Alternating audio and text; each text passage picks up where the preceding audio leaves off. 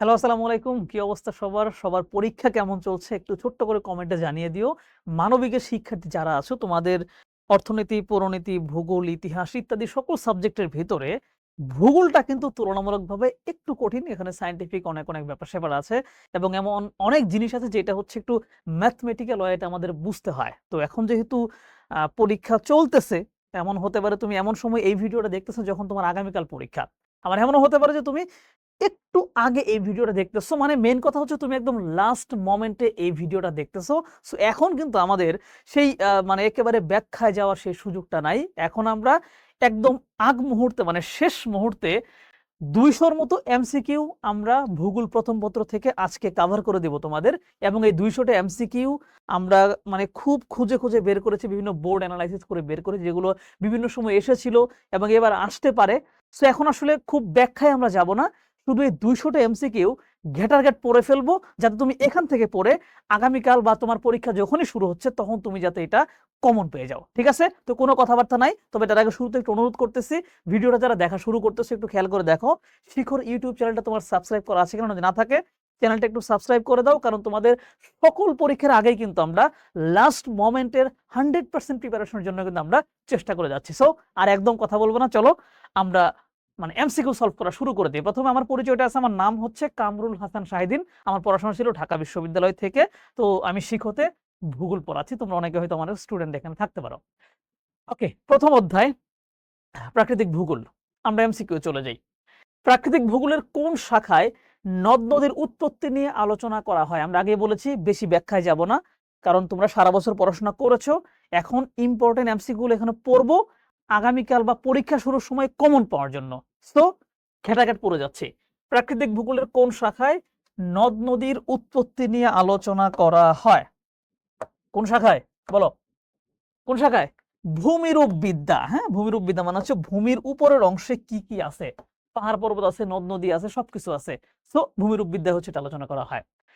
কোন যুগে ভূগোলের যাত্রা শুরু হয়? মূলত গ্রিক যুগে ভূগোলের যাত্রা শুরু হয়। প্রাকৃতিক ভূগোল কি নামে পরিচিত? ফিজিওগ্রাফি নামে পরিচিত। কোনটি প্রাকৃতিক ভূগোলের গুরুত্বপূর্ণ আলোচ্য বিষয়? গুরুত্বপূর্ণ আলোচ্য বিষয় উল্লেখ আছে যে সবই তো আলোচ্য বিষয়, বাট কোনটা গুরুত্বপূর্ণ মনে রাখবা, ইম্পর্টেন্ট এটা। বায়ুমণ্ডলের তাৎপর্য হচ্ছে প্রাকৃতিক ভূগোলের গুরুত্বপূর্ণ একটা আলোচ্য বিষয়। ভূগোল বিষয়টি কিসের আলোকে পৃথিবী এবং মানুষের আন্তঃসম্পর্ক আলোচনা করে? বলছে ভূগোল বিষয়টা কিসের আলোকে? স্থান এবং কালের আলোকে। মানে এই স্থানে সম্পর্কটা কেমন, আজকের সম্পর্কটা কেমন, ৫ বছর পরে কেমন, ইত্যাদি ইত্যাদি। পরের প্রশ্ন, ভূমিরূপ বিদ্যার বিষয়বস্তু আসলে কোনটি? ভূমিরূপ বিদ্যা মানে ভূমির উপরের অংশ। প্রাকৃতিক ভূগোলের আলোচ্য বিষয় কয়টা খেয়াল আছে? মেইনলি কিন্তু ৫টা, তাই না? ভূমিরূপ বিদ্যা, সমুদ্রবিদ্যা, জলবায়ু বিদ্যা, জীববিদ্যা, রাইট? তো ভূমিরূপ বিদ্যার ভিতরে মূলত আলোচনা কি হয়? প্লেট সঞ্চালন মানে কি? এই যে ভূমিরূপের অবস্থাটা কিভাবে গঠিত হয়েছে, পাহাড় পর্বত কেমনে হয়েছে, এখানে পাত সঞ্চালন, সেখান থেকে পর্বত হয়েছে, রাইট? জোয়ার ভাটা প্রাকৃতিক ভূগোলের কোন অংশে অন্তর্ভুক্ত? সমুদ্রবিদ্যার অন্তর্ভুক্ত। ডাডলি স্টাম্প কোন দেশের ভূগোলবিদ? তিনি একজন ব্রিটিশ ভূগোলবিদ। তাপমাত্রা, বায়ুর চাপ, বায়ু প্রবাহ, আর্দ্রতা, এগুলো কিসের উপাদান? এগুলো হচ্ছে জলবায়ুর উপাদান। এগুলো জলবায়ুর উপাদান। ওকে, ভূত্বকের অবনত অংশে অবস্থিত বিশাল জলরাশিকে কি বলে? ভূত্বকের যে অংশটা এরকম অবনত হয়ে গেছে, সেখানে যে পানি আছে এটাকে আমরা সাগর বলি। এটাকে আমরা সাগর বলি। সাগর। পানি কোন প্রক্রিয়ার মাধ্যমে ভূপৃষ্ঠে আবারও ফিরে আসে? পানি কি হয়, একবার উপরের দিকে যায়, বাষ্প অবস্থায় থাকে, মেঘ হয়, ঘনীভূত হয়ে আবার বৃষ্টি হয়ে নিচে নেমে আসে। সো বৃষ্টির মাধ্যমে আসতে পারে, তুষারপাতের মাধ্যমে আসতে পারে, হিমবাহের মাধ্যমে আসতে পারে। এখানে কোনটা আছে? তুষারপাত আছে। তুষারপাতের মাধ্যমে পৃথিবীতে আবার ফিরে আসে। প্রাকৃতিক ভূগোলের কোন ক্ষেত্রকে জীবন্তর বলা হয়? প্রাকৃতিক ভূগোলের বায়ুমণ্ডলটাকে বলা হয় হচ্ছে জীবন্তর। পরিবেশ বিজ্ঞানীগণ জীবমণ্ডলকে যে ক্ষুদ্র ক্ষুদ্র অংশে বিভক্ত করেছে এগুলোকে কি বলে? জীবমণ্ডলটাকে ক্ষুদ্র ক্ষুদ্র অংশে যে বিভক্ত করেছে এগুলোকে বলা হয় বাস্তুতন্ত্র, মানে ইকোসিস্টেম যেটাকে আমরা বলতেছি। কোনটি হিমবাহের সঞ্চয়জাত ভূমিরূপ?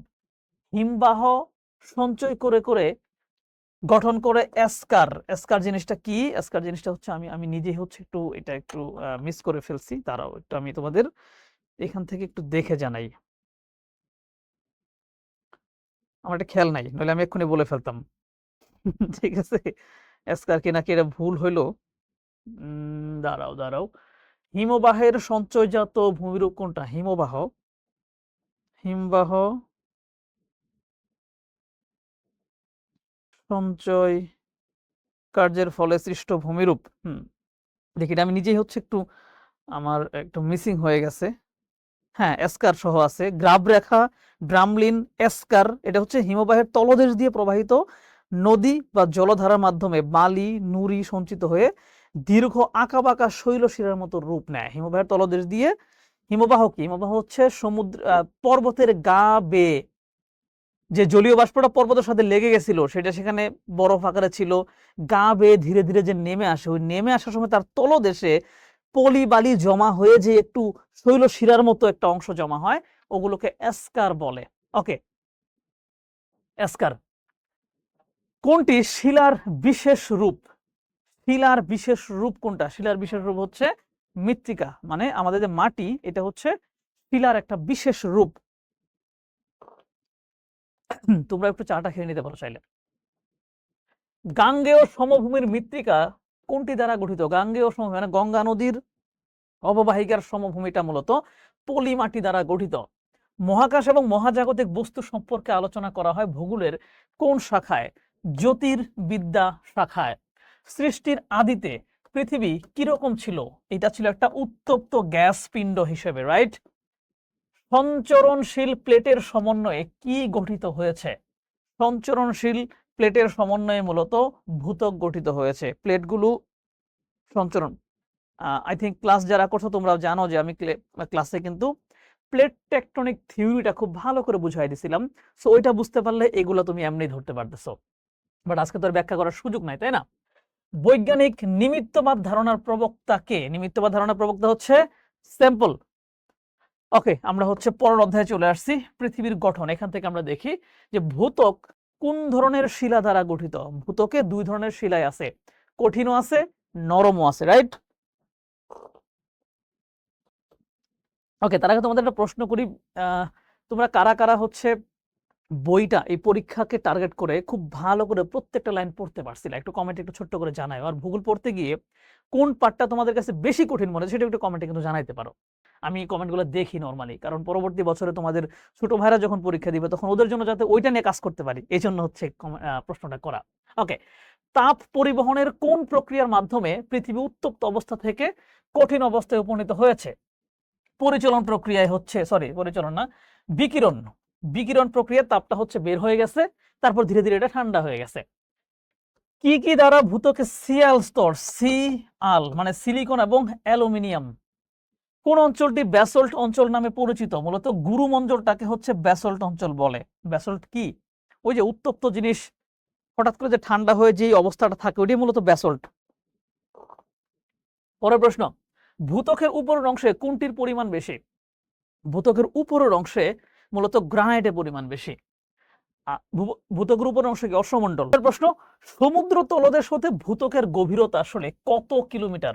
আমরা আগের প্রশ্ন দেখছিলাম গ্রানাইট। ওকে, সমুদ্র কত কিলোমিটার? 5 কিলোমিটার। কারণটা হচ্ছে আমরা মূলত হচ্ছে মূল যেই গভীরতাটা, গড় গভীরতা হচ্ছে 20 কিলোমিটার, মহাদেশের তলদেশে 35 কিলোমিটার, আর সমুদ্রের তলদেশে হচ্ছে 5 কিলোমিটার। ওকে, তাহলে আগের প্রশ্ন থেকে আরেকবার একটু আসি, যে ভূত্বকের উপরের অংশে কোনটির পরিমাণ বেশি? ভূত্বকের উপরের অংশে মূলত গ্রানাইটের পরিমাণ বেশি, মানে অশ্বমণ্ডলটা হচ্ছে গ্রানাইট দ্বারা গঠিত, গুরুমণ্ডলটা হচ্ছে ব্যাসল্ট দ্বারা গঠিত। পরের প্রশ্ন আমরা দেখলাম 5 কিলোমিটার। ওকে, ভূত্বক এবং গুরুমণ্ডলের মাঝে একটি পাতলা স্তর রয়েছে, তাকে কি বলে? ভূত্বক এবং গুরুমণ্ডলের মাঝে একটা পাতলা স্তর আছে, এটাকে বলা হয় মোহবিচ্ছেদ। কি বলে? মোহবিচ্ছেদ। পৃথিবীর গড় ব্যাসার্ধ কত কিলোমিটার? গড় ব্যাসার্ধ হচ্ছে 6400 কিলোমিটার। পৃথিবী সৃষ্টির প্রক্রিয়ায় ভারী উপাদানগুলো কোথায় পর্যায়ক্রমে জমা হয়েছে? কেন্দ্রের দিকে। কেন্দ্রের দিকে ভারী পদার্থগুলো জমা হয়েছে, আর ধীরে ধীরে উপরের দিকে হালকাগুলো জমা হয়েছে। বহিগুরুমণ্ডল ক্রোমিয়াম, লোহা, সিলিকন এবং ম্যাগনেসিয়াম দ্বারা গঠিত বলে। একে একসাথে কি বলে? এই প্রত্যেকটা প্রথম অক্ষর নিয়ে দিবা, ঠিক আছে? ক্রুফেসিমা। পর্বত সাধারণত কত মিটার পর্যন্ত উঁচু হতে পারে? 600 মিটারের অধিক যে কোনো মাত্রার হতে পারে। কোনটি ভঙ্গিল পর্বতের প্রধান বৈশিষ্ট্য? ভঙ্গিল পর্বতের প্রধান বৈশিষ্ট্য হচ্ছে এখানে ভাঁজ থাকতে হবে। সো ভাঁজ হচ্ছে প্রধান বৈশিষ্ট্য। কোনটি হিমালয় পর্বত সৃষ্টির প্রধান কারণ নয়? পাত সঞ্চারণ অন্যতম প্রধান কারণ, গিরিজনী আলোড়ন প্রধান কারণ, উলম্ব আলোড়নটা হচ্ছে প্রধান কারণ না, আর বাকি তিনটাই হচ্ছে এখানে কোনো না কোনো ভাবে ঘটেছে। কোন ধরনের পর্বত স্তর এবং জীবাশ্ম বিশিষ্ট, মানে স্তরে স্তরে সাজানো এবং জীবাশ্ম থাকবে, মানে ভিতরে জীবাশ্ম থাকবে। ভঙ্গিল পর্বতের ভিতরে প্রচুর জীবাশ্ম থাকে, কারণ একদম নিচ থেকে উঠে আসছে, জমা হইতে হইতে বড় হয়েছে। ব্ল্যাক ফরেস্ট কোথায় অবস্থিত? ব্ল্যাক ফরেস্ট হচ্ছে মূলত জার্মানিতে অবস্থিত। ভূমি থেকে উঁচু টেবিল আকৃতির বিস্তীর্ণ ভূমিকে কি বলে? একটু টেবিল আকৃতি মানে হঠাৎ করে উঁচু হয়ে গেছে, বিস্তীর্ণ, এটাকে কি বলে? মালভূমি বলে। যদি এরকম খাড়া হইতো তাহলে তো পর্বত। টেবিল আকৃতির মানে কি? এরকম, এই যে এরকম হয়েছে, বিস্তীর্ণ আছে, তো এটা হচ্ছে মালভূমি। আফ্রিকার কিলিমানজারো কোন ধরনের পর্বত? কিলিমানজারো হচ্ছে একটা আগ্নেয় পর্বত। কিলিমানজারো একটা আগ্নেয় পর্বত। পাদদেশীয় পলল ভূমি দেখা যায় বাংলাদেশের কোন অঞ্চলে? পাদদেশীয় মানে পর্বতের পাদদেশে, পর্বতের পায়ের কাছে। কোথায়? আমাদের রংপুর, দিনাজপুর এলাকাতে এটা দেখা যায়, কারণ হিমালয়ের পাদদেশে সেটা। পৃথিবীর অভ্যন্তরে প্রতি 30 মিটার গভীরতায় কত ডিগ্রি? 30 মিটার না তো 30 কিলোমিটার, 30 কিলোমিটার না, হ্যাঁ, তাপমাত্রা বৃদ্ধি পায় 1 ডিগ্রি সেলসিয়াস, তাপমাত্রা বৃদ্ধি পায়। কোন মহাদেশ সমভূমির পরিমাণ সবচেয়ে বেশি? কোন মহাদেশ সমভূমি বেশি? এশিয়া, কারণ এশিয়া মহাদেশ এমনিতে অনেক বড়, প্লাস এখানে সমভূমির পরিমাণ অনেক বেশি। গঠনগতভাবে বাংলাদেশের ভূপ্রকৃতিকে কয়টি ভাগে ভাগ করা হয়েছে? গঠনগতভাবে বাংলাদেশের ভূপ্রকৃতি 3 ভাগে বিভক্ত। ওই যে টারশিয়ারি যুগের পাহাড়, প্লাস্টোসিন কালের সোপান, আর সাম্প্রতিক সময়ের প্লাবন সমভূমি। লালমাই পাহাড় কোথায় অবস্থিত? লালমাই পাহাড় হচ্ছে কুমিল্লায় অবস্থিত, কুমিল্লার লালমাই পাহাড়, রাইট। পরের প্রশ্ন, বিশ্বের বৃহত্তম পলল গঠিত বদ্বীপ সমভূমি কোনটি? বিশ্বের বৃহত্তম পলল গঠিত বদ্বীপ, বৃহত্তম বলছে মানে বদ্বীপ, বৃহত্তম বদ্বীপ মানে হচ্ছে মূলত বাংলাদেশ, ঠিক আছে। পরের প্রশ্ন, জুম চাষ পদ্ধতি কোন এলাকায় দেখা যায়? পাহাড়ি এলাকায়, রাইট। পরের প্রশ্ন, সাঙ্গু নদী বাংলাদেশের কোন ভূপ্রকৃতি অঞ্চলের অন্তর্গত? সাঙ্গু নদী কোথায়? বান্দরবানে, মানে কি পাহাড়ি অঞ্চলে, সো পাহাড়ি ভূমিতে অন্তর্গত এটা। বরেন্দ্র ভূমির মাটির রং কি রূপ? বরেন্দ্র ভূমির মাটির রং হচ্ছে লালচে হলুদ, একটু একটু লাল মাটি টাইপের। বরেন্দ্র ভূমি কোথায়? ওই যে উত্তরবঙ্গের দিকটায়। বাংলাদেশের সর্বোচ্চ পর্বতশৃঙ্গের নাম কি? বাংলাদেশের সর্বোচ্চ পর্বতশৃঙ্গ তাজিং ডং, এর উচ্চতা কিন্তু ছিল হচ্ছে 1231 মিটার। তোমাদের বই হয়তো এটাই আছে, রিসেন্টলি 9-10 বইয়ের ভিতরে এটা আরো বেশি বাড়ায় দেওয়া হয়েছে, 1280 না কত যেন দেওয়া হয়েছে একটা। টারশিয়ারি যুগের পাহাড় সৃষ্টির কারণ কি? টারশিয়ারি যুগের পাহাড় কেন সৃষ্টি হয়েছে? হিমালয় পর্বত যখন উত্থিত হয়েছে সেই সময়, তো হিমালয় পর্বত উত্থিত হওয়ার সময় এরা উত্থিত হয়ে গেছে। কোন অঞ্চলের উপত্যকা ইউ আকৃতি বিশিষ্ট হয়? উপত্যকা মানে কি? মানে এরকম খাড়া গর্ত টাইপের ভূমিরূপ জায়গা। সো নদী প্রবাহিত হইলে সেখানে এরকম এই টাইপের হয়ে যায়, আর হিমবাহ প্রবাহিত হওয়ার সময় এরকম ইউ আকৃতির হয়। সো হিমবাহ অঞ্চলের উপত্যকা মূলত ইউ আকৃতির হয়। খুব খাড়া ঢালের উপর দিয়ে ধাপে ধাপে অগ্রসরমান প্রবল নদী স্রোতকে কি বলা হয়? খুব খাড়া ঢালের উপর দিয়ে যখন নদী প্রবাহিত হয় সেটাকে খরস্রোতা নদী বলা হয়, কারণ সেখানে স্রোত অনেক বেশি থাকে। ওকে, আমাদের এই প্রশ্ন, এই দ্বিতীয় অধ্যায়টা শেষ হয়ে গেল। তৃতীয় অধ্যায়ে আমরা চলে আসছি। এবার আমরা দেখব ভূমিরূপের পরিবর্তন কিভাবে কিভাবে হয় ইত্যাদি।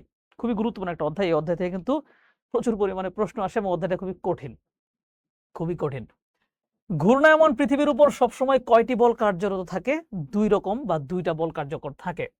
কিভাবে গিরিজনী আলোড়ন সংঘটিত হয়? গিরিজনী আলোড়ন সংঘটিত হয় মূলত আনুভূমিকভাবে। ভূপৃষ্ঠের মানে এই যে গিরিজনী আলোড়ন, ভূপৃষ্ঠের পরিবর্তন আকস্মিক হয় কেন? আকস্মিক হয় হচ্ছে ভেতর থেকে শক্তি বেরিয়ে আসে, তাই মানে অন্তঃশক্তির কারণে। গুরুমণ্ডলের ভাসমান পৃথিবীর মানে গুরুমণ্ডলের ভাসমান পৃথিবীর পৃষ্ঠদেশের আবরণগুলো কি দিয়ে তৈরি? গুরুমণ্ডলের উপরে যে ভাসমান পৃথিবী সেটার পৃষ্ঠদেশটা কি দিয়ে? প্লেট দিয়ে। মানে গুরুমণ্ডলের উপরে যে উপরে অশ্বমণ্ডলটা, অশ্বমণ্ডলের বিভিন্ন প্লেটে প্লেটে বিভক্ত। প্লেট টেকটনিক থিওরি পড়ানোর সময় এগুলো আমি বুঝাইছিলাম ক্লাসে। ভূমিকম্পের কেন্দ্রের সোজা উপরে, ধরো ভূমিকম্প এখানে হয়েছে, এর কেন্দ্রের উপরে সোজা, এটাকে বলা হয় উপকেন্দ্র। ভূমিকম্পের শক্তি পরিমাপক স্কেলের নাম কি? শক্তি পরিমাপ করে হচ্ছে মূলত রিক্টার স্কেল, যে কত মাত্রার ভূমিকম্প ছিল এটা। চ্যুতি সৃষ্টিকালে মধ্যবর্তী ভূভাগ বসে গিয়ে কোন ধরনের উপত্যকা সৃষ্টি হয়? ধরো যেটা ফাটল ধরছে, মাঝখানে ভূভাগটা নিচ দিকে বসে গেল, এই যে এদিকে বসে গেল, এটাকে বলা হয় স্রস্ত উপত্যকা। 1787 সালে ভূমিকম্পের ফলে নিচের কোন নদীর গতিপথ পরিবর্তিত হয়ে যায়? ব্রহ্মপুত্রের গতি পরিবর্তন হয়ে সেটা যমুনা দিয়ে প্রবাহিত হয়। ভূ অভ্যন্তরস্থ ম্যাগমা ভূপৃষ্ঠে এসে জমাট বেঁধে কি সৃষ্টি করে? মাটির নিচে ম্যাগমা গুলো আছে, মানে গলিত অবস্থায় ধাতব পদার্থ আছে, এটা উপরে এসে জমাটবদ্ধ হয়ে আগ্নেয়গিরি তৈরি করে। কোন ধরনের আগ্নেয়গিরিতে জ্বালামুখ বৃষ্টির পানি সঞ্চিত হয়ে হ্রদের সৃষ্টি হয়? মনে করো এরকম আগ্নেয়গিরি, এদিক দিয়ে আগে মালপত্র বের হয়েছে, এখন আর কিছু বের হয় না, এখানে বৃষ্টির পানি জমা হয়ে একটা হ্রদ হয়ে গেছে, তার মানে কি এটা মৃত আগ্নেয়গিরিতে, যেখান থেকে আর কখনোই কিছু বের হবে না। কোন মহাসাগরের পশ্চিমে অধিকাংশ আগ্নেয়গিরি অবস্থিত? প্রশান্ত মহাসাগরের পশ্চিম পাশে, ধরো ইন্দোনেশিয়া, জাপান, এই যে রিজিয়নটা, সেখানে প্রচুর পরিমাণে আগ্নেয়গিরি আছে, হাওয়াই দ্বীপপুঞ্জ। হ্যাঁ, সো প্রশান্ত মহাসাগরের পশ্চিমে। সুনামি কোন ভাষার শব্দ? খুবই গুরুত্বপূর্ণ এমসিকিউ, অনেকবার এসেছে, অনেকবার। এবারও যে আসবে না তার কোনো গ্যারান্টি নাই, এবারও চলে আসতে পারে। সুনামি হচ্ছে একটি জাপানি ভাষার শব্দ, জাপানি ভাষার শব্দ। হ্যাঁ, পরের প্রশ্ন। পৃথিবীতে সক্রিয় আগ্নেয়গিরির সংখ্যা কত? বেশ বড় সংখ্যা, 850টিরও বেশি। শিলারাশির চূর্ণ বিচূর্ণ এবং বিস্তৃষ্ট হওয়ার প্রক্রিয়াকে বলা হয় হচ্ছে বিচূর্ণী ভবন। কি বলে? বিচূর্ণী ভবন বলে। মানে সূর্যের তাপে বিভিন্ন কারণে শিলারাশি চূর্ণ বিচূর্ণ, মানে পাহাড়ের গায়ের মাটি, তারপর হচ্ছে সিমেন্ট বালি ইত্যাদি যদি চূর্ণ বিচূর্ণ হয়, এটাকে বলা হয় বিচূর্ণী ভবন। লোহায় মরিচা ধরা কোন ধরনের বিচূর্ণী ভবন? এখানে কিন্তু একটু সায়েন্টিফিক ব্যাপার আছে, এটা হচ্ছে রাসায়নিক বিচূর্ণী ভবন, কারণ রাসায়নিক বিক্রিয়ার মাধ্যমে সেটা আলটিমেটলি ঘটে। প্রস্তর চাই বিচ্ছিন্নকরণ দেখা যায় কোন শিলা দ্বারা গঠিত অঞ্চলে? পাললিক শিলা দ্বারা গঠিত অঞ্চলে প্রস্তর চাই বিচ্ছিন্ন, মানে ওই যে পাথর টাইপের হয়ে খন্ড খন্ড হয়ে এগুলো বিচ্ছিন্ন হয়ে যায়। জলযোজন প্রক্রিয়ায় অ্যানহাইড্রেটের সাথে পানি যুক্ত হয়ে কোন যৌগ গঠিত হয়? জিপসাম গঠিত হয়, মনে রাখো এগুলো। হ্যাঁ, এগুলো কিন্তু মনে রাখতে হবে। হিউমাস কিসে পরিণত হয়ে শিলাকে ধ্বংস করে? হিউমাস কোথায় থাকে? মাটির মধ্যে থাকে। জৈব অ্যাসিডের সাথে মিশে জৈব অ্যাসিডে পরিণত হয়ে শিলাকে ধ্বংস করে। মানে এগুলো হচ্ছে মূলত ওই যে বিচূর্ণী ভবন পড়ে না, বিচূর্ণী ভবন, চূর্ণ বিচূর্ণ হয়ে যায়। মনে করো মাটি চূর্ণ বিচূর্ণ হয়ে যাচ্ছে, কিভাবে ঘটতেছে? ধরো একটা শক্ত পাথরের টুকরো চূর্ণ বিচূর্ণ হয়ে যাচ্ছে, কিভাবে? এরকম বিভিন্ন রাসায়নিক প্রক্রিয়ার মাধ্যমে, এরকম বিভিন্ন জিনিস মিলেমিশে বিক্রিয়া করে চূর্ণ বিচূর্ণ করে ফেলে। নদীতে পলল কোন কোথায় সৃষ্টি হয়? এগুলো সব নদীর তলদেশে সৃষ্টি হয়, নদীর নিম্নভূমিতে। নদীর নিম্নভূমিতে মাটি জমা, পলি জমা জমা হয়ে এরকম কোণের মতো জায়গা তৈরি হতে পারে, সেটা হচ্ছে পলল কোণ। নদীর গতিপথের কোন অবস্থায় পার্শ্বক্ষয় অপেক্ষা নিম্নক্ষয়ই বেশি ঘটে? পাশে ক্ষয় কম, নিচে ক্ষয় বেশি, মানে কি নিচে গতি বেশি, এটা হচ্ছে কি একদম পার্বত্য অবস্থায়। কোন ক্ষেত্রে নদীতে স্রোতের বেগ কম থাকে? নদী যখন সমুদ্রে এসে পড়ে সেখানে গতি কমে যায়, মানে কি বদ্বীপ অবস্থায়, মানে সমুদ্রে যখন নদীটা পতিত হয়, এখানে তো ধীরে ধীরে দ্বীপ হইতে থাকে, পলিমাটি জমতে জমতে, এখানে তো দ্বীপ, এগুলোতে বদ্বীপ, তো এখানে এসে গতি একদম কমে যায়। দুই নদীর মধ্যবর্তী ভূমিকে বলা হয় হচ্ছে দোআব অঞ্চল। কি বলে? দোআব অঞ্চল। কোন নদীতে অশ্বক্ষুরাকৃতি হ্রদ সৃষ্টি হয়েছে? বিশাল বড় বড় নদী যখন এরকম সমভূমি দিয়ে একটা লম্বা পথ পাড়ি দেয়, তখন এই পথের মধ্যে এরকম অশ্বক্ষুরাকৃতি বিভিন্ন হ্রদ তৈরি করে। নদীর এখান দিয়ে এদিক দিয়ে মিশে যায়, এই যে এখানে এটুকু মিশে যায়, যে বিচ্ছিন্ন হয়ে পড়লো, এটা অশ্বক্ষুরাকৃতি হ্রদ। এরকম একটা বিশাল বড় নদী হচ্ছে মিসিসিপি। মিসিসিপি এটা করছে। মিশরের নীলনদ প্রাথমিক ভূমিরূপে কোনটি দেখা যায়?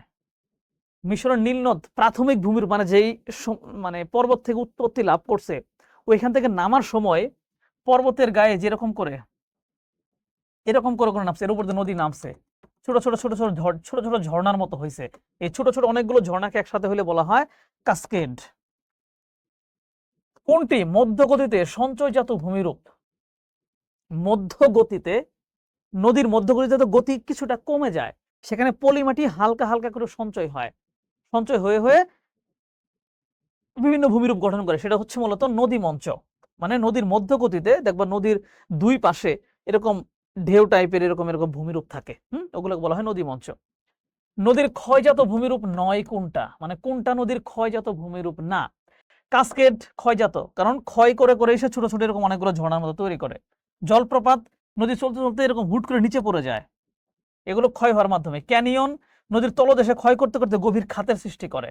একটা আছে বাজাদা, এটা হচ্ছে মূলত মরুভূমি অঞ্চলে মরুভূমিতে বালিগুলো বাতাসে ভেসে এসে এসে কোনো জায়গায় জমা হয়ে হয়ে এরকম ভূমিরূপ গঠিত হয়, বাজাদা। কোনটি বিনুনি আকৃতির নদী? বিনুনি আকৃতির নদী হচ্ছে মূলত যমুনা নদী। যমুনা নদী দেখবা এরকম ভাবে প্রবাহিত, যে ভেতরে প্রচুর পরিমাণে আছে কি চর আছে, চিপাচাপি দিয়ে নদীগুলো প্রবাহিত হচ্ছে, এটা হচ্ছে যমুনা, বিনুনি আকৃতির নদী।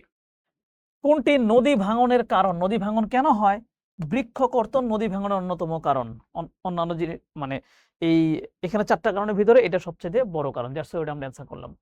ভারতের শিলং এবং মেঘালয় পাহাড়ে কোন নদীর উৎপত্তি স্থল? আসলে এখানে উত্তরটা শিলং মেঘালয় আসলে যে নদীগুলো উৎপত্তি, এখানে ওই নদীর নাম নাই, বাট বেস্ট পসিবল উত্তরটা হচ্ছে যমুনা, কিন্তু আসলে শিলংয়ে না। যমুনার উৎপত্তি কোথায়? সরি, মানে যমুনা না, মেঘনা। মেঘনা উৎপত্তি কোথায়? মেঘনা তো মূলত আসছে হচ্ছে বরাক নদী থেকে। বরাক আসছে নাগা মণিপুর অঞ্চল থেকে, শিলং বা মেঘালয় থেকে আসে নাই। বাট বাকি নদীগুলো তো আরো আসে নাই, সো কাছাকাছি মেঘনা, দ্যাটস ওয়াই উত্তরটা মেঘনা দেওয়া আছে। বাট এটা বোর্ডে আসছিল, কিন্তু দ্যাটস ওয়াই প্রশ্ন ওইভাবে রাখছি আমরা। বাংলাদেশ এবং মিয়ানমারের সীমানা নির্দেশ নদী কোনটা? বাংলাদেশ এবং মিয়ানমারের সীমান্তে নদীটা হচ্ছে নাফ নদী। এটা দৈর্ঘ্য কত? 56 কিলোমিটার। শেষ। আচ্ছা, পরের অধ্যায় বায়ুমণ্ডলে চলে আসছি। খুবই দুর্দান্ত একটা অধ্যায়, বায়ুমণ্ডল। সো বায়ুমণ্ডল নিয়ে আমরা একটু ছোট্ট করে পড়াশোনা করি। বায়ুমণ্ডল এবং বায়ু দূষণ। চলো, প্রথম প্রশ্ন, নাইট্রোজেন এবং অক্সিজেন গ্যাস একত্রে বায়ুমণ্ডলের শতকরা কত ভাগ? একটা 78 ভাগ, একটা 21 ভাগ, রাইট? সব মিলিয়ে হচ্ছে 99 ভাগ। বায়ুমণ্ডলে কার্বন ডাইঅক্সাইড গ্যাসের পরিমাণ কত? খুবই সহজ, 0.03%। কোন গ্যাসগুলো রাসায়নিক বিক্রিয়ায় অংশগ্রহণ করে না?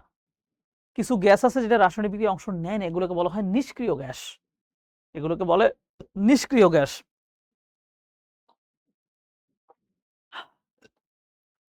কোনটি আবহাওয়ার ক্ষেত্রে বায়ুমণ্ডলের অন্যতম গুরুত্বপূর্ণ উপাদান? আবহাওয়ার ক্ষেত্রে বায়ুমণ্ডলের অন্যতম গুরুত্বপূর্ণ উপাদান কোনটা? জলীয় বাষ্প। কারণ এই জলীয় বাষ্পই বৃষ্টিপাত ঘটায়, জলীয় বাষ্পের কারণে আর্দ্রতা কম বেশি হয়, এই জলীয় বাষ্পের কারণে এই বাতাসের গতিমতি সব চেঞ্জ হয়, এটা বহুত ঘটনা ঘটায় ফেলে। কোন গ্যাস কেবল অক্সিজেন অণুর সংমিশ্রণে সৃষ্টি হয়? অক্সিজেন অণু মিশেই সৃষ্টি হতে পারে কেবল ওজোন গ্যাস। বায়ুমণ্ডলের কোন উপাদানটি বায়ুর আয়তন বৃদ্ধি করে এবং অক্সিজেনকে পাতলা করে দেয়? এটা হচ্ছে নাইট্রোজেন, রাইট? মনে রাখবা, এটা হচ্ছে নাইট্রোজেন। বায়ুমণ্ডলের কোন স্তরে জেট বিমান চলাচল করে?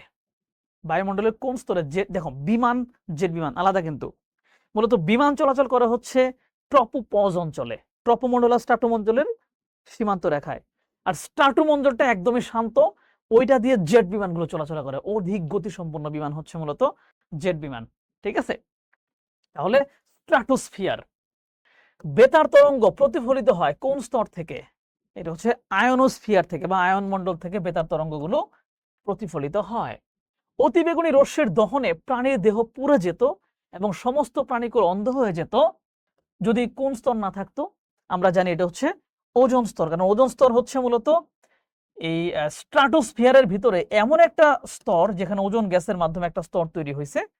এইটা সূর্য থেকে আসা অতি বেগুনি রশ্মি, যেটা আমাদের ত্বকের জন্য ক্ষতিকর, এইটাকে আসতে দেয় না, শোষণ করে ফেলে।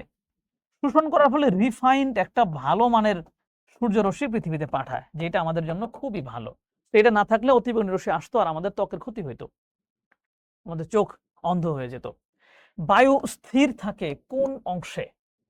বায়ু স্থির থাকে মূলত কোথায়? ট্রপোপজ অংশে। ট্রপোমণ্ডল আর স্ট্রাটোমণ্ডলের সীমানায় পাতলা একটা স্তর আছে, এখানে বায়ুটা স্থির থাকে আর এটার ভিতর দিয়ে বিমান চলে, জেট বিমান চলে তার উপরে স্ট্রাটোমণ্ডল দিয়ে। বায়ুমণ্ডলের কোন স্তরে মেঘ বৃষ্টি, ঝড় এবং বজ্রবিদ্যুৎ ঘটে? মেঘ বৃষ্টি কোথায় হয়? আমরা যেখানে আছি সেখানেই হয়। আর আমরা কোথায় আছি? ট্রপোমণ্ডলে আছি। সো ট্রপোমণ্ডলে। অ্যারোসল থেকে কোনটি নির্গত হয়? অ্যারোসল থেকে মূলত ধোঁয়া নির্গত হয় আর কি, ঠিক আছে? মনে রাখো। কোনটি এক্সজস্ট গ্যাস? এক্সজস্ট গ্যাস হচ্ছে হাইড্রোজেন সালফাইড। মূলত এটা বিভিন্ন ইঞ্জিন থেকে যেই গ্যাসটা বের হয় আর কি, বুঝতে পারছো? ইঞ্জিনে কোনো কিছু পুরানোর পরে সেখান থেকে এটা বের হয়, এক্সজস্ট গ্যাস। বর্তমান বৈশ্বিক প্রেক্ষাপটে কার্বন ডাইঅক্সাইড কি ধরনের গ্যাস?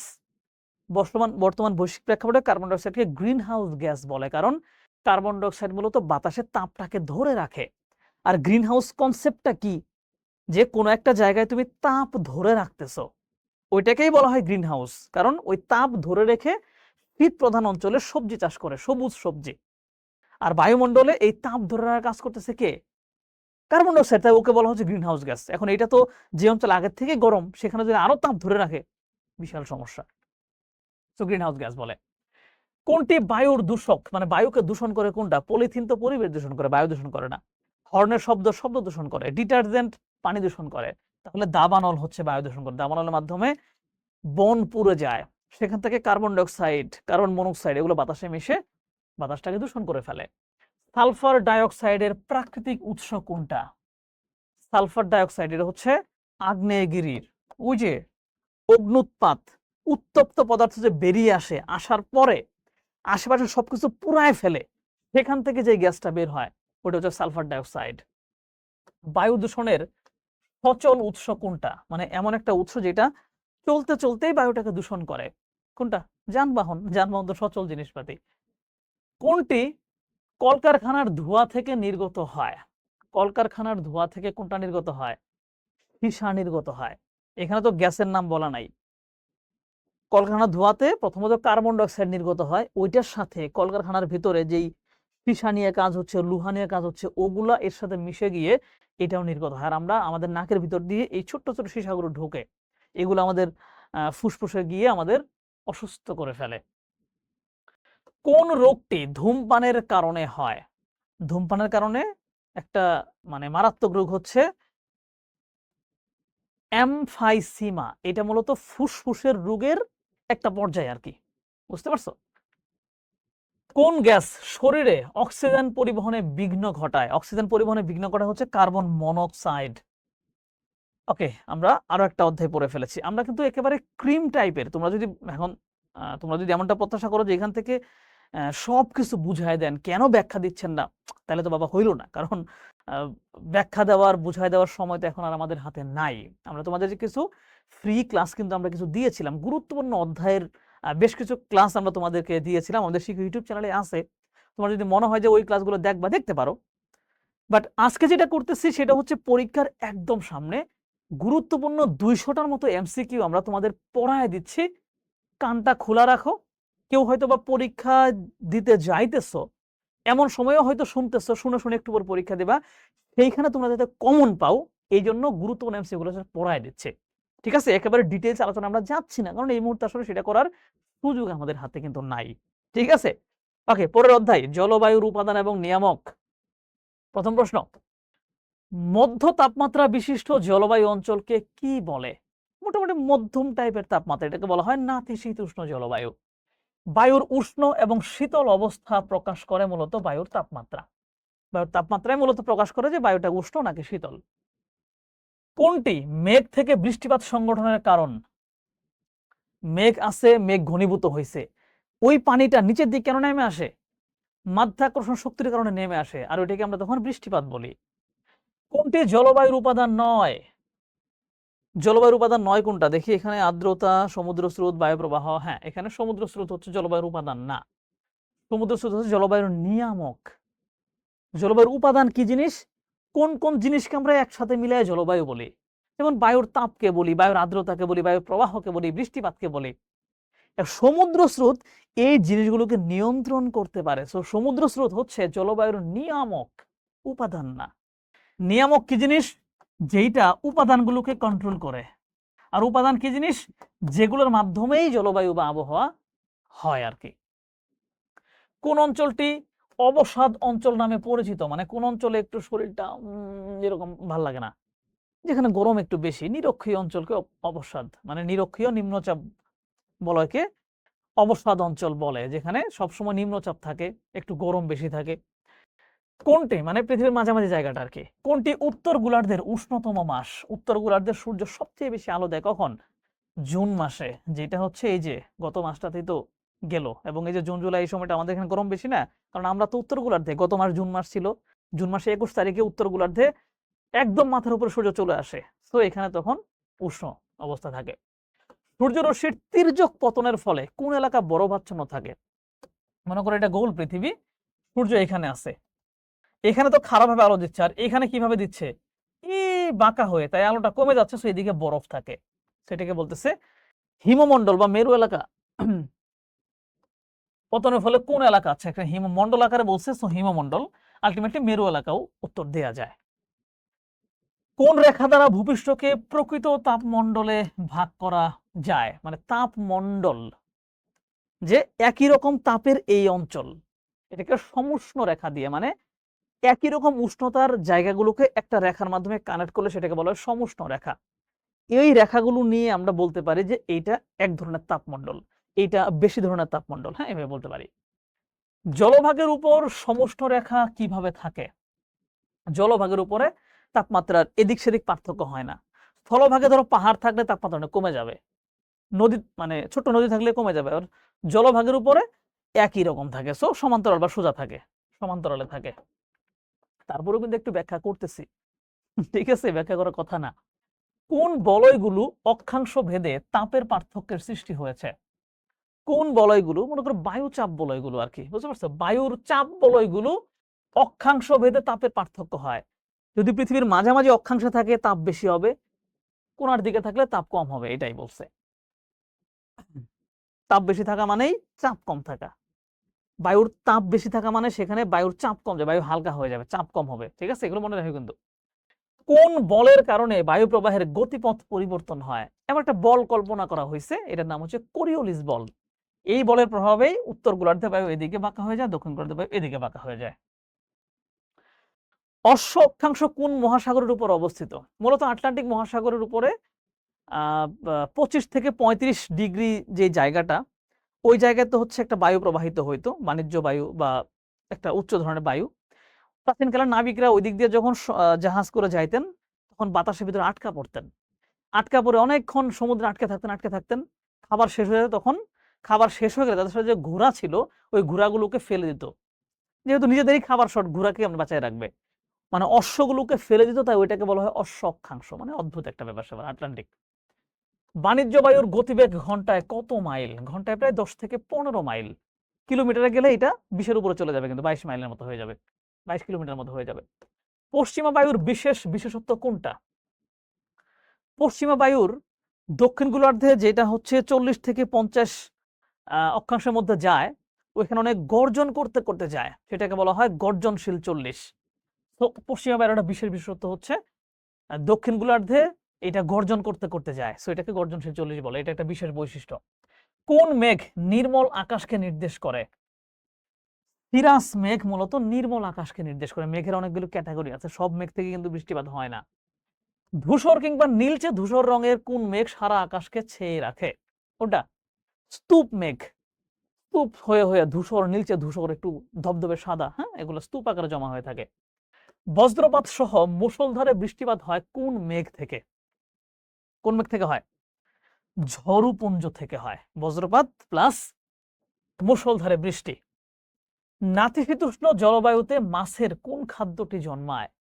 নাতিশীতোষ্ণ জলবায়ু অঞ্চলে মাছের প্লাঙ্কটন জন্মায়, যেটা মাছের খুব প্রিয়, মানে প্লাঙ্কটন মানে কি, ছোট্ট ছোট্ট উদ্ভিদ।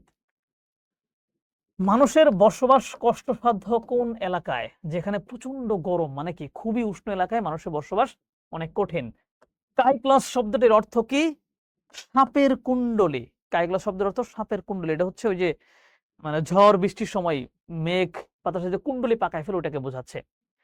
টর্নেডোর ক্ষেত্রে বাতাসের গতিবেগ ঘন্টায় কত কিলোমিটার? এইটা নিয়ে একটু আমার কাছে একটু ডাউট আছে, তারপরেও বেস্ট অ্যান্সার হচ্ছে 480 থেকে 800 কিলোমিটার। এটা একটু বইয়ের ভিতরে দেখে নিও, হ্যাঁ। টর্নেডোতে বাতাসের গতি অনেক অনেক বেশি থাকে। সো এটা খুবই গুরুত্বপূর্ণ অধ্যায়, জলবায়ু অঞ্চল এবং জলবায়ু পরিবর্তন, প্রচুর প্রশ্ন আসে, এবং এই অধ্যায়টার ডিটেইলস ক্লাস কিন্তু আমাদের ইউটিউবে আপলোড দেওয়া আছে, কারো যদি এই অধ্যায়ে প্রবলেম থাকে ওই ডিটেইলস ক্লাসটা কিন্তু দেখে নিও। নিরক্ষীয় অঞ্চলে সারা বছর কোন ঋতু থাকে? নিরক্ষীয় অঞ্চলে সারা বছর গ্রীষ্মকাল থাকে, কারণ সূর্য মাথার উপরে থাকে মোটামুটি সারা বছর, মানে পৃথিবীর মাঝামাঝি অঞ্চলটাতে আর কি। ভূমধ্যসাগর এবং এর তীরবর্তী দেশসমূহে কোন জলবায়ু দেখা যায়? ভূমধ্যসাগর নাম লেখা আছে, দ্যাট মিন্স ভূমধ্যসাগরীয় জলবায়ু দেখা যায়। ভূমধ্যসাগরীয় জলবায়ু কিন্তু খুবই আরামদায়ক, সুন্দর, চমৎকার একটা জলবায়ু, পরিষ্কার আকাশ থাকে, শীতকালে বৃষ্টিপাত হয়, দুর্দান্ত। দক্ষিণ গোলার্ধে 40 থেকে 55 ডিগ্রি অক্ষাংশে কোন জলবায়ু দেখা যায়? আসলে দক্ষিণ গোলার্ধে 40 থেকে 50-এ এখানে আসলে যেই অ্যান্সার গুলো দেওয়া আছে উপক্রান্তীয় মৌসুমী, এগুলো তো হবেই না, এটা তো হবে না, এটাও হবে না, ভূমধ্যসাগরীয় হবে না। ভূমধ্যসাগরীয় তো আরেকটু উপরে যাইতো 35 থেকে 40-এর দিকে, তাহলে বলতে পারতাম ভূমধ্যসাগরীয়। বাট মহাদেশীয়টাও কিন্তু হয় না, এটা আসলে সম্ভবত বোর্ডে যখন আসছিল একটু ভুলে হয়তো বা আসছে, এটা হয়তো বা মহাসাগরীয় হবে, বাট মহাসাগরীয় জলবায়ু আসলে হয় না কখনো, বাট তারপরও দেয়া যেতে পারে। বাট এখানে মহাদেশীয়টা হচ্ছে একটু কাছাকাছি, কারণ ওই অঞ্চলে মহাদেশে কিছু পার্ট পাইছে, কিন্তু উপক্রান্তীয় কখনোই হবে না, মৌসুমীও কখনোই হবে না, ভূমধ্যসাগরীয় হবে না। দেড়শো উত্তরটা মহাদেশীয় দেয়া, বাট আমার দৃষ্টিতে এটা আসলে মহাসাগরীয় হইলে বা মোটামুটি বলা যেতে পারে উপকূলীয় জলবায়ু হইলে উত্তরটা বেস্ট হইতো। ঠিক আছে, সো প্রশ্ন এইভাবে আসছিল, দেড়শো আমরা এইভাবে রেখে দিছি। তাপমাত্রা পার্থক্য না থাকায় ঋতু পরিবর্তন দেখা যায় না কোন জলবায়ুতে? তাপমাত্রা খুব একটা পার্থক্য যেহেতু হয় না, সারা বছরই সূর্য মাথার উপরেই থাকে, তার মানে নিরক্ষীয় অঞ্চলে, তাহলে এখানে ঋতু পরিবর্তন আহামরি হয় না মালয়েশিয়া, সিঙ্গাপুর এসব জায়গায়। নিরক্ষীয় অঞ্চলের অরণ্য ভূমিতে কোনো পদচারী পশু কোথায় চলাফেরা করতে পারে না? নিরক্ষীয় অঞ্চলে সারা বছর বৃষ্টিপাত হয়, সারা বছরই পরিচালন পদ্ধতিতে বৃষ্টিপাত হয়, যেই কারণে এখানে ঘন জঙ্গল গড়ে উঠেছে। আর ঘন জঙ্গল এতটাই ঘন, ওই ঘন জঙ্গলের ভিতর দিয়ে কোনো পশুও চলাফেরা করতে পারে না, বন যেখানে নিবিড় সেখানে চলাফেরা করতে পারে না, মাটি সেখানে বেশিরভাগই স্যাঁতসেঁতে থাকে। শীতকালে আকাশ মেঘাচ্ছন্ন না থাকা সত্ত্বেও বৃষ্টিপাত হয় কোন জলবায়ু অঞ্চলে? শীতকালে বৃষ্টিপাত হয় মূলত ভূমধ্যসাগরীয় জলবায়ু অঞ্চলে, আর ওই সময় আকাশ খুব একটা মেঘাচ্ছন্ন থাকে না, হুটহাট করে বৃষ্টি হয়ে যায়, তো ভূমধ্যসাগরীয় অঞ্চলে। শীতকালে কোন দিক থেকে শীতল মৌসুমী বায়ু বাংলাদেশের উপরে আসে? শীতকালে খুব নরমালি আমরা উত্তর দিক থেকে আসে, বাট সরাসরি উত্তর দিক থেকে না, উত্তর পূর্ব দিক থেকে এই অ্যাঙ্গেল হয়ে আসে। ঠিক আছে, উত্তর পূর্ব দিক থেকে। এই একটু মনে হয় ভুল হয়েছে, দাঁড়াও দাঁড়াও, শীতকালে, তাই না? শীতকালে না, ঠিক আছে, উত্তর পূর্ব দিক থেকে। আর গরমকালে যায় হচ্ছে দক্ষিণ পশ্চিম দিক থেকে, এটা গরমকালে এইভাবে ঢুকে, শীতকালে এইভাবে আসে। বাংলাদেশের জলবায়ুতে মার্চ থেকে মে মাস পর্যন্ত কোন ঋতু বিরাজ করে? মার্চ থেকে মে, এই সময় মার্চ থেকে মে হচ্ছে বাংলাদেশ সবচেয়ে বেশি গরমের সময়, মার্চ এপ্রিল মে। বেশি গরম মানেই গ্রীষ্মকাল। শুষ্ক এবং শীতল বায়ুর প্রভাবে গ্রীষ্মকালে বাংলাদেশে কোন দুর্যোগটি দেখা যায়? কি বলছে? শুষ্ক এবং শীতল বায়ুর প্রভাবে গ্রীষ্মকালে শুষ্ক শীতল একসাথে মিলিত হয়ে ঘূর্ণিঝড়ের সৃষ্টি হয়, সো ঝড় এবং বৃষ্টি দেখা যায়। গ্রীষ্মকালে কি ঝড় হয় না মাঝে মাঝে? ওইটাই বলছে। বাংলাদেশের শীতলতম মাস কোনটা? আমাদের সবচেয়ে শীতলতম মাস হচ্ছে মূলত জানুয়ারি, জানুয়ারিতে সবচেয়ে বেশি শীত পড়ে আমাদের। বাংলাদেশের সর্বোচ্চ বৃষ্টিপাত হয় কোথায়? সিলেটের লালখানে সবচেয়ে বৃষ্টিপাত হয়, আর সবচেয়ে কম হয়। এবং বাংলাদেশের উষ্ণতম জায়গা কোনটা? নাটোরের লালপুর, একটা লালপুর একটা লালখান। জলকণার জলকণার ভূপৃষ্ঠে পতনকে কি বলে? জলকণা নিচের দিকে পড়তেছে, বৃষ্টিপাত বলবে, রাইট? জলকণা মানে পানির কণা। যদি বরফ কণা পড়তো ছোট ছোট, তাহলে পড়তো আমরা তুষারপাত বলতাম। আর সেটা যদি আরো ছোট ছোট হইতো, তাহলে আমরা তুহিনপাত বলতাম। আর সেটা যদি একদম ধোঁয়াশার মতো হয়ে ইয়ের মধ্যে জমা হইতো, গাছের পাতায় জমা হইতো, সেগুলোকে বললাম আমরা শিশিরপাত। তাপমান যন্ত্রের কিছু অংশে, মানে যেটাতে তাপ মাপা হয়, থার্মোমিটার, থার্মোমিটার কি থাকে? পারদ থাকে। আমাদের দেশে কোন সময়ে আপেক্ষিক আর্দ্রতা বেশি হয়? আপেক্ষিক আর্দ্রতা মানে কি? যেই পরিমাণ আর্দ্রতা বাতাসে ধারণ করতে পারবে, ওই হিসেবে অনেক বেশি পরিমাণে ধারণ করে আছে। মনে করো ধারণ করার ক্ষমতা আছে 10 কেজি, ধারণ করছে 8 কেজি। ঠিক আছে, এইটার যে রেশিওটা, যে 10:8, এই রেশিওটাই মূলত আপেক্ষিক। তো এটা কখন বেশি হয়? যে সময় বেশি থাকার কথা, গ্রীষ্মকালে বেশি থাকার কথা, কারণ গ্রীষ্মকালে উপরে সূর্য থাকে, প্রচুর পরিমাণে জলীয় বাষ্প হয়, তো গ্রীষ্মকালে। কাছাকাছি কয়েকটি এলাকার সমান তাপ বিশিষ্ট অঞ্চলকে মানচিত্রে একটি রেখা দ্বারা যুক্ত করা হলে তাকে কি বলে? সমতাপ রেখা, মানে একই তাপের রেখাগুলো একসাথে করলে সমতাপ রেখা বলে। বাংলাদেশের পূর্বাঞ্চলে কোন ঝড় বেশি সংঘটিত হয়? বাংলাদেশের পূর্ব দিকে মূলত মানে ওই কালবৈশাখী ঝড়টা পূর্ব দিকে বেশি সংঘটিত হয়, আর ঘূর্ণিঝড় দক্ষিণ দিকটাতে। বর্ষাকালে কোন অঞ্চলে সবচেয়ে কম বৃষ্টিপাত হয়? ধরো বাংলাদেশের মানচিত্র যদি হচ্ছে এরকম হয়,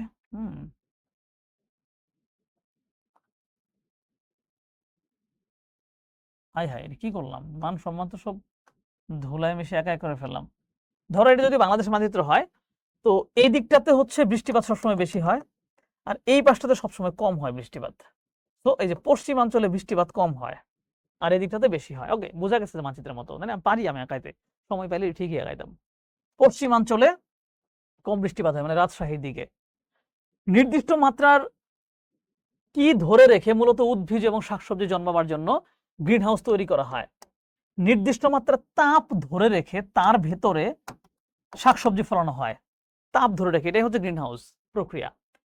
বিশ্ব জলবায়ু পরিবর্তনের ধারায় পরিবর্তিত হয়ে বাংলাদেশ বর্তমানে কোন জলবায়ুতে রূপান্তরিত হয়েছে? জলবায়ু আমাদের পরিবর্তন হইতে হইতে আমরা এখন কোথায় চলে গেছি? আমরা এখন উষ্ণ, আর্দ্র, ক্রান্তীয়তে চলে গেছি। আমরা আর পরিপূর্ণ সমভাবাপন্নর মধ্যে নাই, পরিপূর্ণ নাতিশীতোষ্ণের মধ্যেও আর নাই, আমরা চেঞ্জ হয়ে এটাতে চলে আসছি এখন। ঠিক আছে, পরের অধ্যায় বায়ুমণ্ডল, খুবই কঠিন একটা অধ্যায়, সমুদ্র স্রোত নিয়ে আলোচনা আছে ইত্যাদি ইত্যাদি। নদীর পার্শ্ববর্তী এলাকায় কোন জাতীয় সামুদ্রিক অঞ্চলের সৃষ্টি হয়? নদীর পার্শ্ববর্তী, মনে করো নদী সমুদ্রে গিয়ে পড়লো, এই যে যেখানে এটা পড়ছে এটাকে বলা হয় মোহনা। এই মোহনাটা যদি অনেক বেশি প্রশস্ত থাকে তখন এটাকে বলা হয় খাড়ি। উত্তরটা এখানে খাড়ি। খাড়ি অঞ্চলের সৃষ্টি হয়। মোহনা যদি দেওয়া আছে, বাট আমরা খাড়িটাই বলি। পার্শ্ববর্তী এলাকায় কোন জাতীয় সামুদ্রিক অঞ্চল, এই যে হচ্ছে মানে যদি এটা বলতো যে নদী এবং সমুদ্রের মিলিত স্থানকে কি বলে, ওইটাকে বলে মোহনা। বাট ওই মোহনাতে যে নিচে যে প্রশস্ত একটা ভূমিরূপের জন্ম হয়েছে ওইটাকে বলা হয় খাড়ি। কৃষ্ণ সাগর ভূমধ্য সাগরের সাথে কোন প্রণালীর মাধ্যমে যুক্ত হয়েছে? এটা হচ্ছে বসফরাস প্রণালীর মাধ্যমে। এটা তুরস্কের ইস্তাম্বুলের মধ্য দিয়ে গেছে, এবং এই বসফরাস প্রণালীর এক পাশে ইউরোপ আর এক পাশে এশিয়া।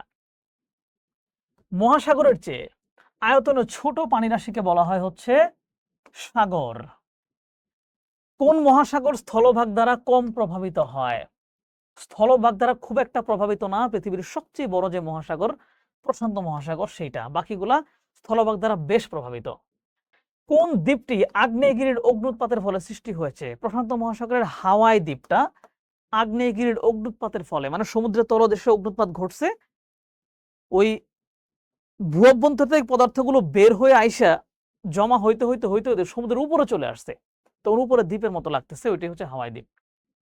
ভারত মহাসাগর আফ্রিকা মহাদেশের কোথা হতে অ্যান্টার্কটিকা স্পষ্ট করেছে? আফ্রিকা মহাদেশটা কেমন? এই যে এরকম আফ্রিকা মহাদেশ,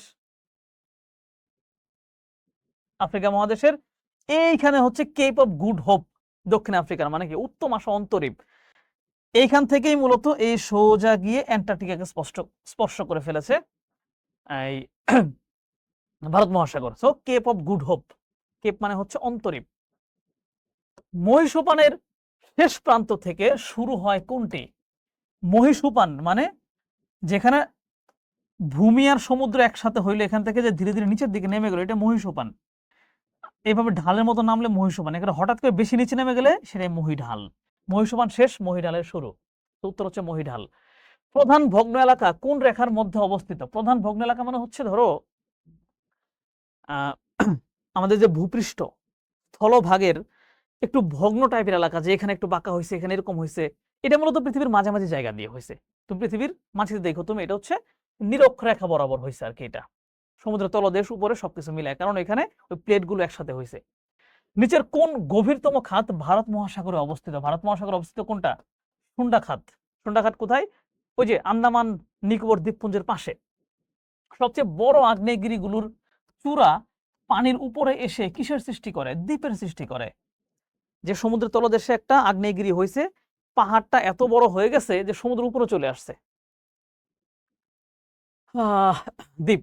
আইসল্যান্ডের দক্ষিণে মধ্য আটলান্টিক শৈলশিরায় সামুদ্রিক অগ্নুৎপাতের ফলে কোন দ্বীপের সৃষ্টি হয়েছে? আইসল্যান্ডের দক্ষিণে কোনটা সৃষ্টি হয়েছে? সার্টসে সৃষ্টি হয়েছে। অগভীর সাগর অবনমিত এলাকা কোন উপসাগর জুড়ে রয়েছে? অগভীর সাগর মানে সাগরের গভীরতা বেশি না, এটা কোন উপসাগর? হাডসন উপসাগর, মানে ইউরোপ যে অঞ্চলটা আছে না, পড়াইছিলাম কিন্তু ক্লাসে, ওই ইউরোপ মহাদেশের আশপাশ অঞ্চলটা কিন্তু যে সমুদ্র অঞ্চলটা আছে, সমুদ্র যেখানে কিন্তু গভীরতা খুবই কম, সম্পূর্ণটা হচ্ছে মহীসোপান এলাকা। ওইখানে হাডসন উপসাগর আরো কয়েকটা উপসাগর আছে, সেগুলো গভীরতা খুবই কম। বুঝতে পারছো? ওটাই বলছে অগভীর সাগর অবনমিত এলাকা। উম, অমনোমিত করে ফেলতেছিলাম। আন্দামান নিকোবর দ্বীপপুঞ্জের পূর্ব প্রান্তে কোনটি অবস্থিত? ওই যে একটু আগে বললাম যে আন্দামান সুন্ডা ট্রেন্স, মানে নিকোবর দ্বীপপুঞ্জের পাশে আন্দামান এবং সুন্ডা ট্রেন্স, দুই পাশে দুইটা। গঙ্গা গিরিখাত অপর কোন নামে পরিচিত? গঙ্গা গিরিখাত সোয়াচ অফ নো গ্রাউন্ড, মানে বঙ্গোপসাগরের একটা গভীর গিরিখাত এটা। ম্যারিয়ানা দ্বীপের দক্ষিণ পূর্বে কোন খাত অবস্থিত? ম্যারিয়ানা দ্বীপের দক্ষিণ পাশে হচ্ছে চ্যালেঞ্জার খাত অবস্থিত, এটাও কিন্তু প্রশান্ত মহাসাগরে। গঙ্গা, নাকি ভুল করলাম, প্রশান্ত মহাসাগরী না, প্রশান্ত মহাসাগর হওয়ার কথা, আমি জানি না, ভুলে গেছি। গঙ্গা ব্রহ্মপুত্র নদীবাহিত পলি সোয়াচ অফ নো গ্রাউন্ডের মধ্য দিয়ে কিরূপ স্রোতের মাধ্যমে প্রবাহিত হয়? এই স্রোতের নামটা হচ্ছে টারবিউটি স্রোত, টারবিডিটি স্রোত। কোন মহাসাগরের তলদেশে উত্তর হতে দক্ষিণ পর্যন্ত এবং আকৃতির শৈলশিরা রয়েছে? উত্তর থেকে দক্ষিণে এস আকৃতির, এখানে এসটা ভুলে গেছে, এবং এস আকৃতির, এটা হচ্ছে মূলত আটলান্টিক মহাসাগরে। আফ্রিকা মহাদেশ এবং আরবের মালভূমির মধ্যবর্তী স্রস্ত উপত্যকা অঞ্চলে কোন সাগর অবস্থিত? আফ্রিকা মহাদেশ এবং আরব মালভূমির মাঝখানে যেই একটু গভীর হয়ে গেছে, ওইখানে মূলত লোহিত সাগর বা রেড সি অবস্থিত, সৌদি আরবের ঠিক পাশেই। পানিচক্র কোন শক্তি দ্বারা পরিচালিত হয়? পানিচক্র মূলত সূর্যের দ্বারা পরিচালিত হয়, সূর্য পানিটাকে উপরে উঠায় নিয়ে যায়, এটাই তো মেইন কাজ, তারপর আবার সে নাইমে আসে। সার্গাসো সি কোথায় অবস্থিত? সার্গাসো সি হচ্ছে মূলত আটলান্টিক মহাসাগরে অবস্থিত। আটলান্টিক মহাসাগরের আশপাশে অনেকগুলো ছোট ছোট সাগর আছে, তার ভিতরে এটা একটা। ওকে, আমরা এবার চলে আসি সমুদ্র স্রোত এবং জোয়ার ভাটাতে। আমরা এই অঞ্চলটা একটু এটা দেখার চেষ্টা করি। সমুদ্র স্রোতগুলো উষ্ণ অঞ্চল থেকে শীতল অঞ্চলে কিভাবে প্রভাবিত হয়? উষ্ণ থেকে শীতলে মানে কি? উষ্ণ স্রোত উপর দিয়ে যাবে, এটাকে বলা হচ্ছে বহিঃস্রোত রূপে।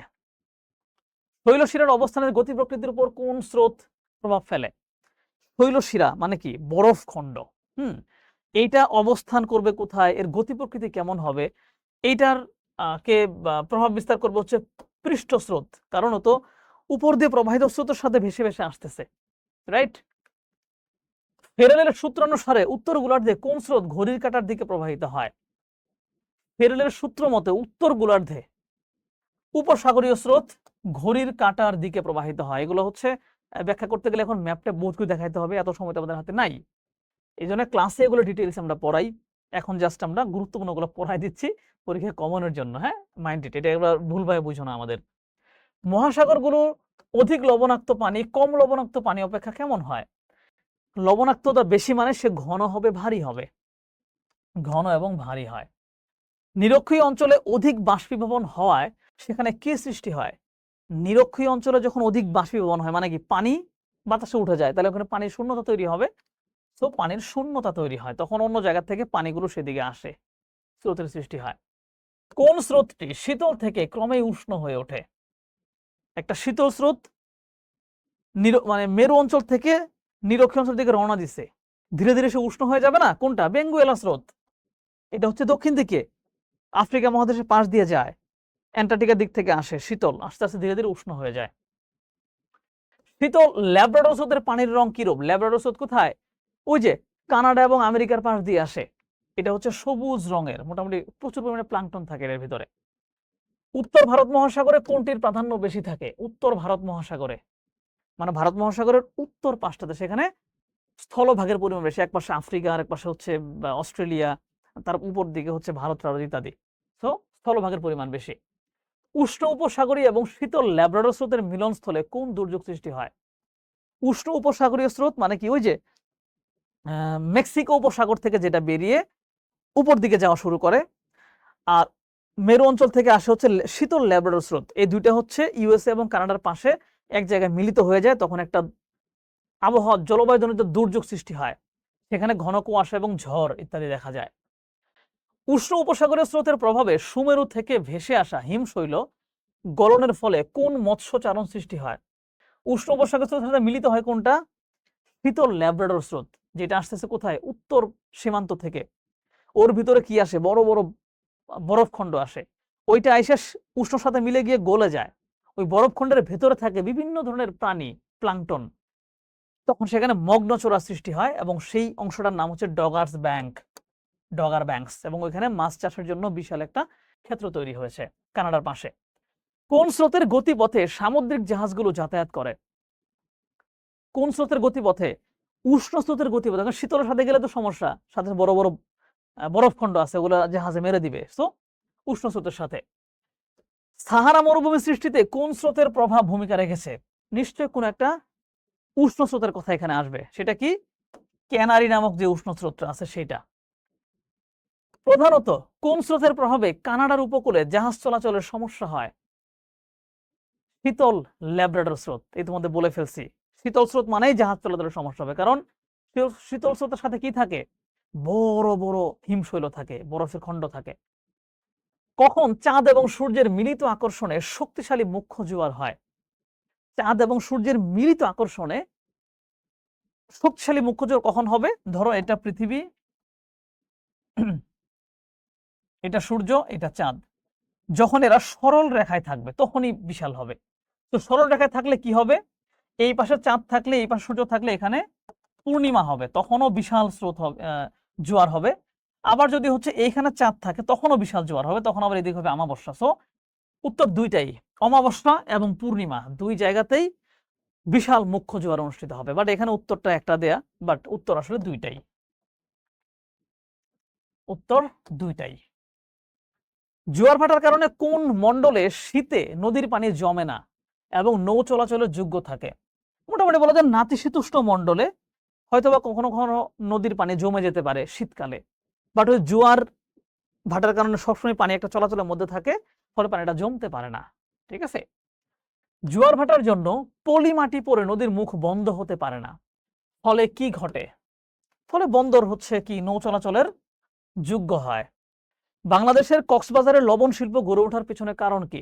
জোয়ার। কারণ জোয়ারের পানি এসে ক্ষেতের ভিতরে ঢুকে ওই পানিটা আটকায় ফেলা হয়, তারপর সেখানে লবণ বানানো হয়, জোয়ার। বাংলাদেশের সমুদ্র বন্দর এবং নদী বন্দর সচল থাকে কোনটির মাধ্যমে? সমুদ্র বন্দর এবং নদী বন্দর দুইটা সচল থাকে জোয়ার ভাটার মাধ্যমে। বাংলাদেশ কোন নদীর বান অত্যন্ত প্রবল? বাংলাদেশে কোন নদীর বান, মানে নদীতে হুট করে বন্যা হয়ে যায়, বেশি করে পানি ঢুকে যায়? মেঘনায়। কারণ মেঘনার মোহনা অনেক বড়, জোয়ারের সময় এটা অনেক বেশি ঢুকে যায়। ঠিক আছে, মেঘনা। ওকে, আমরা মনে হয় শেষ দিকে চলে আসছি। জীবমণ্ডল। পৃথিবীর সর্ববৃহৎ ম্যানগ্রোভ বন কোনটি? সর্ববৃহৎ ম্যানগ্রোভ বন হচ্ছে আমাদের সুন্দরবন। মানে কি? জোয়ার ভাটার বন, যেই বনের ভিতরে জোয়ারের পানি সম্পূর্ণ ঢুকে আবার ভাটার সময় নেমে যায়। এইরকম ক্যাটাগরির বনের ভিতরে সুন্দরবন সবচেয়ে বড়। বরেন্দ্রভূমি বাংলাদেশের কোন অঞ্চলে অবস্থিত? বরেন্দ্রভূমি বাংলাদেশের যেটা উত্তরবঙ্গ আর কি। ঠিক আছে, উত্তর পশ্চিম। উত্তর পশ্চিম। এই যে ধরো বাংলাদেশ, যদি এটা যদি বাংলাদেশ হয়, এই পাটটা বরেন্দ্রভূমি, তাই না? সো উত্তর পশ্চিম, এই মাঝখানে। 95% শাল গাছ দেখা যায় কোন বনভূমিতে? 95% শাল গাছ বা শাল বৃক্ষ দেখা যায় মূলত আমাদের ক্রান্তীয় পাতা ঝরা বৃক্ষের বনভূমিতে। মানে যেই বনভূমির গাছের পাতা সব একসাথে ঝরে যায়, এরকমটা হচ্ছে আমাদের ক্রান্তীয় পাতা ঝরা বৃক্ষের বনভূমিতে। ক্রান্তীয় পতনশীল পত্রযুক্ত বৃক্ষের বনভূমির আয়তন কত বর্গ কিলোমিটার? এটা কম। দেখো আমাদের বনভূমি তিন রকম, বেসিক্যালি তিন রকম, তাই না? একটা হচ্ছে ক্রান্তীয় চিরহরিৎ বৃক্ষের বনভূমি। চিরহরিৎ মানে সারা বছর সবুজ থাকে, সকল গাছের পাতা একসাথে ঝরে যায় না, যেমন এটা হচ্ছে চট্টগ্রাম অঞ্চল, সিলেট অঞ্চল, এদিকের বনভূমি। আর এটা হচ্ছে ক্রান্তীয় পত্র পতনশীল, মানে সবগুলো গাছের পাতা একসাথে ঝরে যায়, আবার সবগুলো গাছের পাতা একসাথে আসে, সেটা হচ্ছে পত্র পতনশীল, মানে পাতা ঝরা আর কি। এটা হচ্ছে মূলত আমাদের মধুপুর অঞ্চল, বরেন্দ্র অঞ্চল ইত্যাদি জায়গায়। আর তিন নাম্বারটা হচ্ছে আমাদের সুন্দরবন বা স্রোতজ বনভূমি। সুন্দরবন বলা ঠিক হবে না, স্রোতজ বনভূমি, যেটা হচ্ছে সমুদ্র উপকূলে। সেই তিনটের ভিতরে পাতা ঝরা বৃক্ষের আয়তনটা কম, 1750 বর্গ কিলোমিটার। বাংলাদেশের মোট বনভূমির অধিকাংশ কোথায় অবস্থিত? একটা হচ্ছে ধরো খুলনা অঞ্চলটাতে সুন্দরবন, আর এটা হচ্ছে চট্টগ্রাম অঞ্চলে যে টোটাল পাহাড়ি অঞ্চলটা সেটা। সো খুলনা এবং চট্টগ্রামে। ব্যাকটেরিয়া এবং ছত্রাক কোন ইকোসিস্টেমের সর্বপ্রধান বিয়োজক? ব্যাকটেরিয়া এবং ছত্রাক কোন ইকোসিস্টেমের সর্বপ্রধান বিয়োজক? কোনটার? অরণ্য। মানে মানে এখান থেকে মানে বনভূমি থেকে ব্যাকটেরিয়া এবং ছত্রাকটা সর্বপ্রথম বিয়োজক হয়ে যাচ্ছে। উদ্ভিদের বৃদ্ধি সহজে ঘটে মাটিতে কোন উপাদানের অবস্থানের কারণে? হিউমাস। এটা মূলত ওই যে জৈব সার টাইপের কিছু একটা। নাতিশীতোষ্ণ বনাঞ্চলে শুকনো মৌসুমে বৃক্ষের পাতার কি ঘটে? নাতিশীতোষ্ণ বনাঞ্চলের কোথায় এটা বলছে মৌসুমী বৃক্ষে শুকনো মৌসুমে পাতা সবগুলো ঝরে যায়। পাতাগুলো সূচের মতো হয় কোন বনাঞ্চলে? নাতিশীতোষ্ণ অঞ্চলে পাতাগুলো সূচের মতো হয়। পৃথিবীর শতকরা কত ভাগ এলাকা মরুভূমির অন্তর্ভুক্ত? মরুভূমির অন্তর্ভুক্ত হচ্ছে টোটাল 17 ভাগ এলাকা, অনেক কিন্তু। বায়োম কিসের বৃহত্তম একক? বায়োম হচ্ছে বায়োস্ফিয়ারের মানে বায়ুর ক্যাটাগরির উপর ভিত্তি করে যে বিশাল জীবমণ্ডল গড়ে ওঠে ওগুলোকে একটা বায়োম বলে। হ্যাঁ, তুন্দ্রা অঞ্চলের প্রাণী কোনটা? তুন্দ্রা অঞ্চল মানে যেটা হচ্ছে অনেক বেশি শীত প্রধান অঞ্চল আর কি। কোনটা? এখানে বলছে খরগোশ। গ্রীষ্মমণ্ডলীয় মৌসুমী বনাঞ্চলের তাপমাত্রা গড়ে কত সেলসিয়াস? গ্রীষ্মমণ্ডলীয় মৌসুমী বনাঞ্চলের তাপমাত্রা গড়ে কত সেলসিয়াস হয়? 20 থেকে 25 ডিগ্রি সেলসিয়াস হয়। ক্রান্তীয় তৃণভূমির অপর নাম কি? ক্রান্তীয় তৃণভূমি মানে হচ্ছে ধরো 0 থেকে 30 ডিগ্রি সেলসিয়াস 30 ডিগ্রি অক্ষাংশ এর ভিতরে যে বনভূমি আছে এটার অপর নাম কি? অপর নাম হচ্ছে সাভানা। হ্যাঁ, মনে রাখবা সাভানা, প্রশ্ন আসে এটা। পৃথিবীর বৃহত্তম মরুভূমি কোথায় অবস্থিত? আফ্রিকার সাহারা মরুভূমি, রাইট। জলজ বায়ুম কয় প্রকার? একটা হচ্ছে যে বলছিলাম যে বায়ুমণ্ডলীয় বায়ুম, আমরা জলজ বায়ুম মানে জলজ বায়ুম আর কি। এটা কত প্রকার? টোটাল 2 প্রকার। প্রচুর ঘাস কোন এলাকার প্রধান বৈশিষ্ট্য? ঘাস মানে কি? তৃণ। সো তৃণভূমি এলাকার বৈশিষ্ট্য হচ্ছে প্রচুর ঘাস, তৃণভূমি এলাকার বৈশিষ্ট্য। শামুক এবং ঝিনুকের খোলস তৈরি হয় কি দিয়ে? শামুক এবং ঝিনুকের খোলস তৈরি হয় মূলত ক্যালসিয়ামের মাধ্যমে। বুঝতে পারছো? এটা ক্যালসিয়াম খাইলে কিন্তু হাড় শক্ত হয়। খাবা নাকি? নাইট্রেট জৈব অ্যাসিডের সাথে মিলিত হয়ে কোন অ্যাসিড গঠন করে? এটা হচ্ছে অ্যামিনো অ্যাসিড গঠন করে, অ্যামাইনো যেটাকে বলি। আর অর্বুদের মধ্যে কি নামক মিথজীবী ব্যাকটেরিয়া বাস করে? অর্বুদের মধ্যে বাস করে হচ্ছে রাইজোবিয়াম নামক মিথজীবী। তো এই ছিল আমাদের 200 এমসিকিউ এর একটা তড়িৎ ক্লাস। আমরা ব্যাখ্যায় যাইনি, বেশি বোঝানোর চেষ্টা করিনি, কারণ আমরা ধরে নিচ্ছি যেহেতু তোমার পরীক্ষা চলতেছে এই মোমেন্টে আসলে তুমি নিজেই গত 2 বছরে কিছুটা হলেও পড়াশোনা করেছো এবং তুমি নিজে জানো। সো এই মোমেন্টে তোমার বোরিংনেস কাটানোর জন্য, তোমাকে একটু কনফিডেন্স দেওয়ার জন্য আমরা বাছাই করে 200 এমসিকিউ তোমাকে পড়ায় দিলাম এবং এই 200 এমসিকিউ থেকে আমরা প্রত্যাশা করতেছি তুমি সর্বোচ্চ পরিমাণ কমন এখান থেকে পাবা। এর মাধ্যমে আমি কখনোই তোমাকে এটা বলবো না যে সবকিছু ছেড়ে দিয়ে শুধু একটি 200 এমসিকিউ ক্লাস করলেই তোমার সব কমন পড়ে যাবে। না, এটা পসিবল না। তোমার নিজেকে সর্বোচ্চ পড়াশোনাটা করতে হবে। বাট আমরা আমাদের জায়গা থেকে হেল্পটুকু করলাম। যারা সারা বছর খুব ভালো পড়াশোনা করেছো এইটা তোমাদের জন্য একটা ছোট্ট রিভিশন হয়ে গেল। আর যারা সারা বছর পড়াশোনা করো নাই, এখন আসলে কুল কিনারা কিচ্ছু পাইতেছো না, তোমরা হয়তো এই ক্লাসটা করলে ছোট্ট একটু কনফিডেন্স পাইতে পারো যে ইয়েস আমার দ্বারাও পসিবিলিটি আছে কিছু এমসিকিউ পেয়ে যাওয়ার। ঠিক আছে, সবার পরীক্ষা ভালো হোক। তোমাদের সেকেন্ড পেপার পরীক্ষার আগেও হচ্ছে এইভাবে আমরা একটা আরো চমৎকার ভাবে এরকম 200 বা 200 বেশি এমসিকিউ তোমাদের সলভ করিয়ে দেব। সেখান থেকে কমন পড়ে যাবে। পাশাপাশি আমাদের শিখো ইউটিউব চ্যানেলটা একটু মানে খোঁজ রাখো। সেখানে বিভিন্ন গাইডলাইন ভিডিও যাচ্ছে, বিভিন্ন টিপস ট্রিক্স আমরা শেয়ার করতেছি, নানান কিছু আমরা শেয়ার করি, সেগুলো একটু খেয়াল রাখো। এবং আশা করি এই পরীক্ষার মাধ্যমে তোমার রেজাল্ট যাই হোক না কেন ভেঙে পড়া যাবে না, বরং কনফিডেন্স রাখো যে তোমার অ্যাডমিশনে তুমি যাতে অনেক বেশি ভালো করতে পারো। এইটার জন্য একটা মাইন্ডসেট এখন থেকে রেডি করে রাখো পরীক্ষা চলাকালীন সময়ে। তো সবার পরীক্ষা অনেক অনেক ভালো হোক সেই শুভকামনায় শেষ করতেছি। এবং সবাই ভালো থাকো, সুস্থ থাকো, আর পরীক্ষা অবশ্যই অবশ্যই মনোযোগ দিয়ে দিও। বাই।